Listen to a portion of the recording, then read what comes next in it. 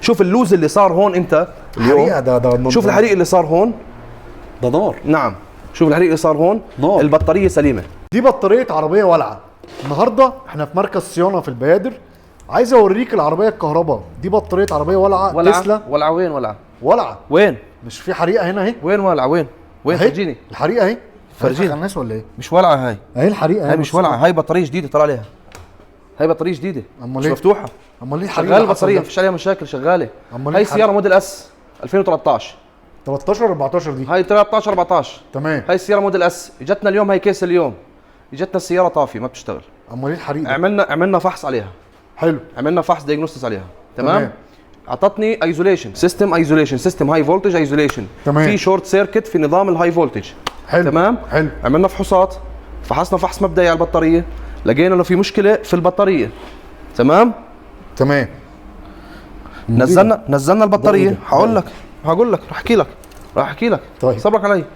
نزلنا البطاريه، اول اشي السيفتي، تمام. فكينا سيفتي فيوز هو هذا اللي هو البايرو فلوس، اللي هو البايرو فيوز او السيفتي فيوز الرئيسي تبع البطاريه. تمام. هذا دائما باي شغل على البطاريه اللي ينفك. تمام. فحصته ضارب.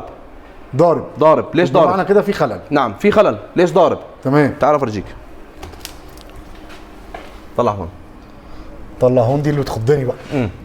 بس احنا ما بنعوم على يعني المراكز الصيانه ومراكز الاصلاح تمام. بشكل عام، احنا ما بنعوم عليهم، بس ولكن احنا توضيحا دي ولعه. نعم شايف الحريق كيف صاير؟ تمام. طبعا هو ما بيمتد اكثر من هيك، يعني شو ما صار ما بيمتد اكثر من هيك، والبطاريه شغاله، وراح تشوف السياره وهي طالعه وشغاله وطالعه نفس البطاريه. تمام. وراح افرجيك التجميع برضه كمان. ده ايه الحريق ده؟ السياره هاي عامله صيانه. نعم في مركز صيانه. تمام. مشغول عليها على لوحه كنترولات البطاريه. معلش عشان بس الناس تفهم، انت الحريق دلوقتي حصل فين يعني؟ الحريق هون. طب ما دي البطاريه اهي. نعم البطاريه، بس هاي لوحه الكنترولات. الخلايا يعني والخلايا والهاي فولتج جوا. طيب. بطاريه جديده، لاحظ عليها تسكير. جديده ازاي؟ معلش عربيه 2014 ماشي جديده، يعني تسكير ما تفكتش يعني ما تفكتش يعني شغل وكاله. شايف علامات الوكاله؟ تمام.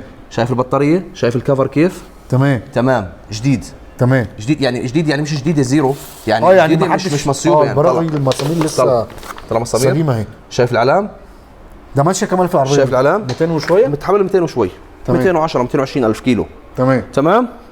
اللي صار بعد الفحص وتاكدنا من الموضوع، اللي صار السياره هاي راكبه البطاريه وراكبه على كيبل الهاي فولتج. اللي حصل انه صاير لوز هون. تمام. صاير لوز هون بالكيبل الرئيسي الهاي فولتج. تمام.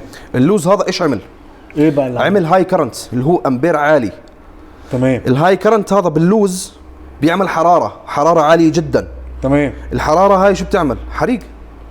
يعني معنى كده اللي حصل كرنت عالي على الكابل اللي واصل للبطاريه الرئيسي، عمل عليه كرنت عالي من نتيجه اللوز بالكيبل، عمل كرنت عالي، فارتفعت الحراره في الكيبل، سخن، داب، ولع زي هيك. طيب ايه اللي خلاه يحصل عليه عزم كبير؟ العزم الكبير لانه التوصيل كان مش توصيل صحيح. لو التوصيل صحيح ما صار الحكي هذا. فهمت. المفروض دائما يعني الصناعي اللي ركب هو عمل صيانه هنا في كنترول البطاريه، ولما جه يركب الكيبل ما ركبوش صح. هذا الحكي لو ما ركبش صح لابد مش هتدور. توني هذا الحكي اللي كنا نحكيه احنا ونحكيه دائما. السيارات هاي مش خطيره متى؟ خطيره على الناس اللي ما عندها خبره علميه. تمام. وعمليه في الموضوع هذا. تمام. يعني في مراكز، يعني بدون ذكر، يعني ما بنعول على مراكز كثير، بس ولكن على كل مراكز، بس ولكن في ناس بتشتغل يعني بدون خبره علميه. هو الكابل ده لما نزل البطاريه ما ركبوش صح العربيه مش هتدور. ماشي هو ركب بس ما ركبش بالطريقه الصحيحه 100%. ما عملش لوك قصدك؟ ما عملش لوك. 1 2 السياره وهي ماشيه بصير فيه اهتزاز، في فايبريشن. الاهتزاز هذا راح يعمل لوز اذا ما كانش الكيبل نازل بالسوكتس 100% لوكت. فهمت. لوكت 100%. تمام. فهمت علي كيف؟ هذا اذا ما نزل 100% لوكت في السوكت ايش راح يصير؟ تمام. هاي كرنت انسايد. فهمت. يعني داخل الكيبل راح يصير هاي كرنت نتيجه في لود عليه، نتيجه ضعف التلامس بين الاقطاب. تمام. فضعف التلامس بين الاقطاب هذا شو راح يعمل؟ راح يعمل حراره كبيره. فهمت. تمام. فهمت. الامان بيد الله طبعا. طبعا. السيفتي اللي في البطاريه من كمبيوتر البطاريه الرئيس، طبعا هي الكمبيوتر الاصلي ما في شيء. ده كان جوه البطاريه. نعم هون كان والع. راكب هون تمام، فيش عليه شيء.